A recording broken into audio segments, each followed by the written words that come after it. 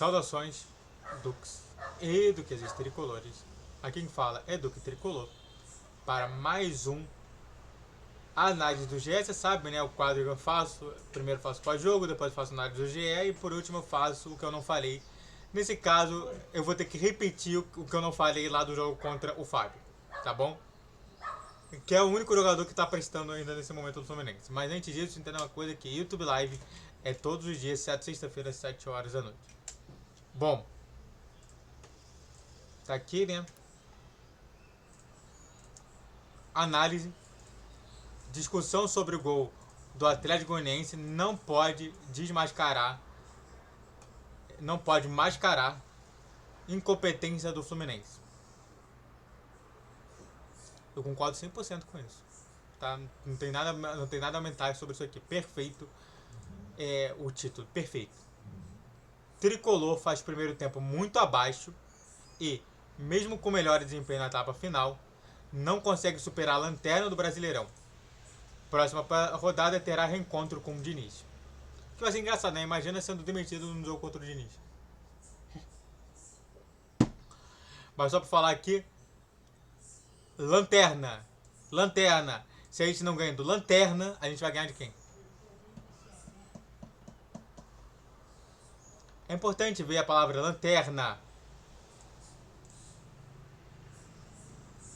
Entendeu?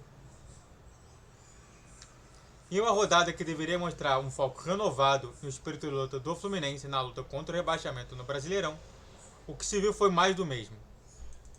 Uma atuação muito ruim dos comandados de Mano Menezes culminou em derrota por 1-0 para o Atlético Goianiense, em Goiânia, neste domingo. A discussão sobre a validação do gol goiano não pode mascarar a incompetência do tricolor no Antônio Scioli. Se a gente pode, assim, só falando aqui, né, só colocando mais um tema legal aqui. A gente poderia ter saído dali com vitória? Poderia. Se não fosse o chute ruim do Cano, se não fosse o erro grotesco do Serna, a gente talvez poderia ter saído de lá com uma vitória. Mas a gente não saiu com vitória. Esse que é o grande problema. É isso que eu falo muito, é isso que eu questiono muito.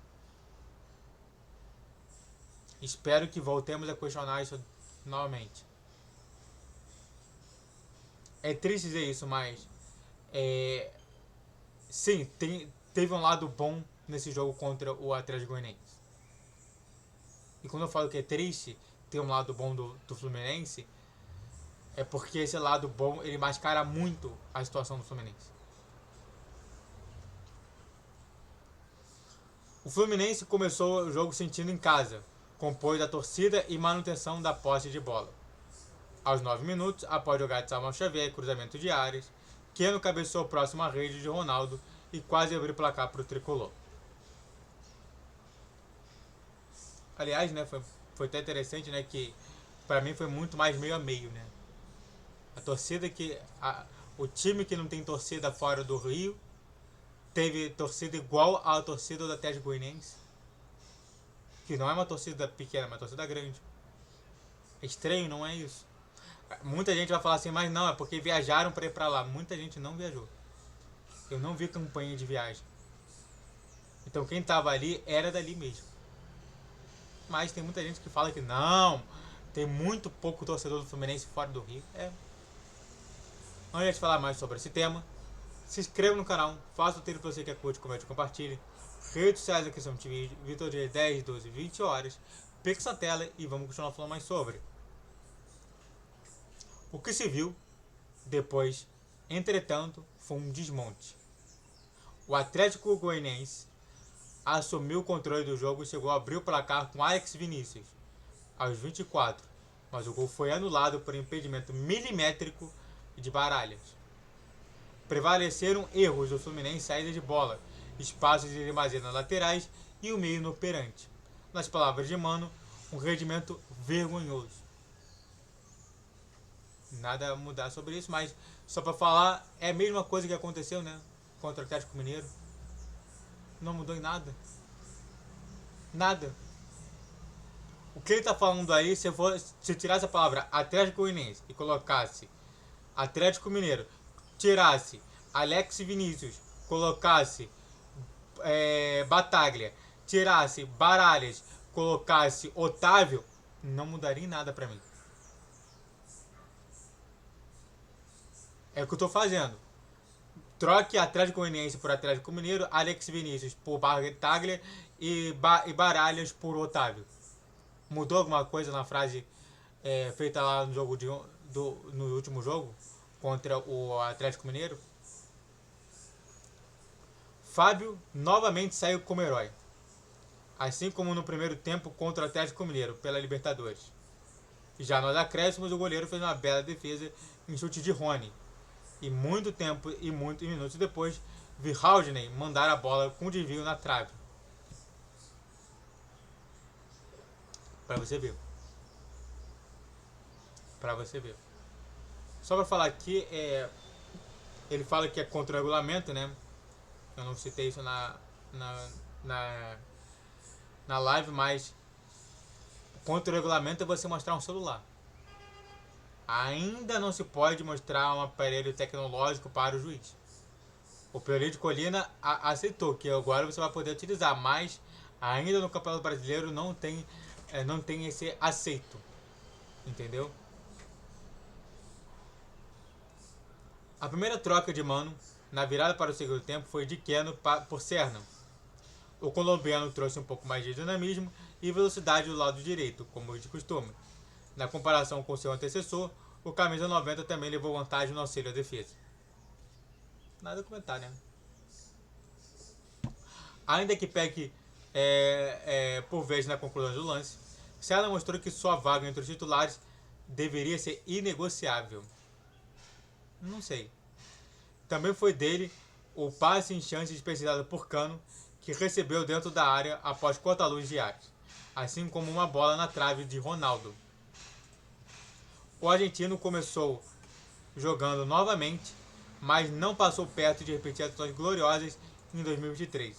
Mérito por mérito, talvez devesse permanecer no banco de reserva. É a opinião dela, né, sobre a questão do Cano. Concordo com a opinião dela, da Bárbara Mendonça. E sobre o Serna, não. Serna, pra mim, não é titular absoluto desse elenco. O único titular absoluto pra mim é Fábio. O resto, nenhum deles é titular absoluto. Fluminense até subiu de produção com as entradas de Lima em Martinelli, Cauã Elias em Cano e Marquinhos e Ganso, deixando o jogo um pouco mais parelho. Mas os erros continuaram sendo os problemas, como uma bola que Antônio Carlos deu de graça para Hurtado após tentar sair jogando dentro da área. Bernal conseguiu o desarme. Até o Bernal errou, né? Mas para você ver só a situação, né?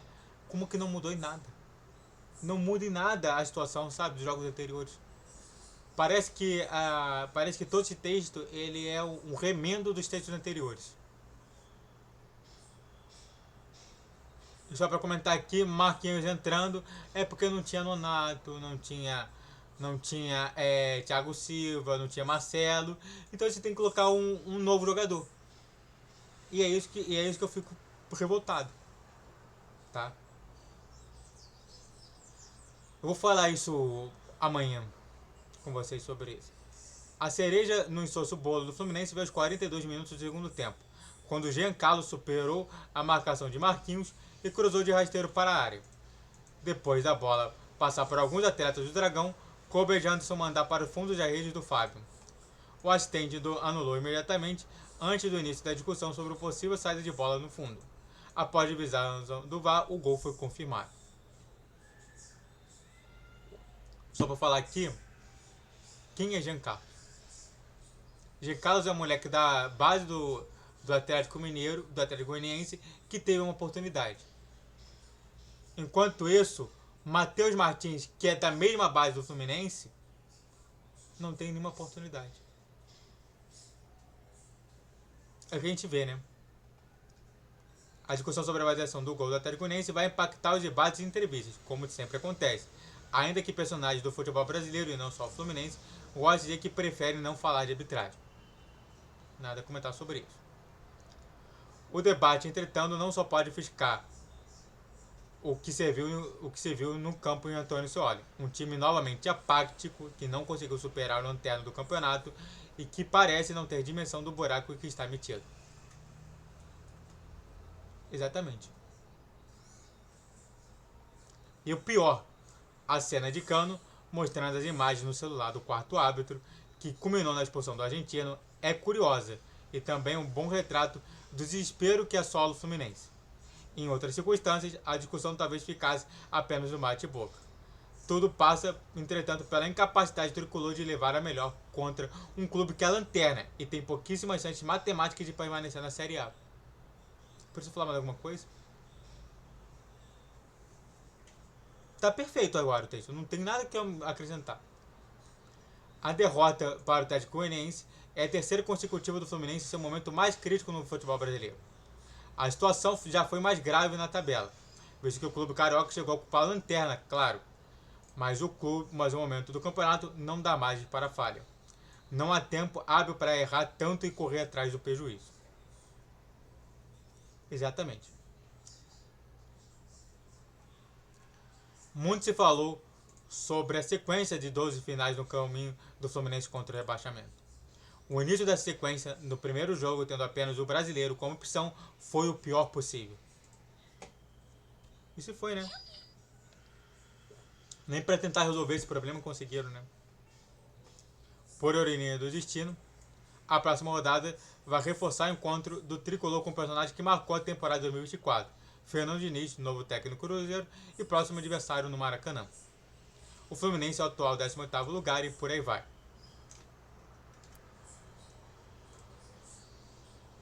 E é isso, né? Perfeito texto, nada a aumentar. Somente a indignação que eu tenho com o Fluminense. Mas é isso.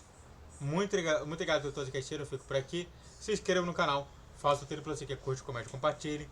Redes sociais aqui no vídeo. Vídeo de 10, 12, 20 horas. Pix na tela. E YouTube Live todos os dias, sexta-feira, 7 horas da noite.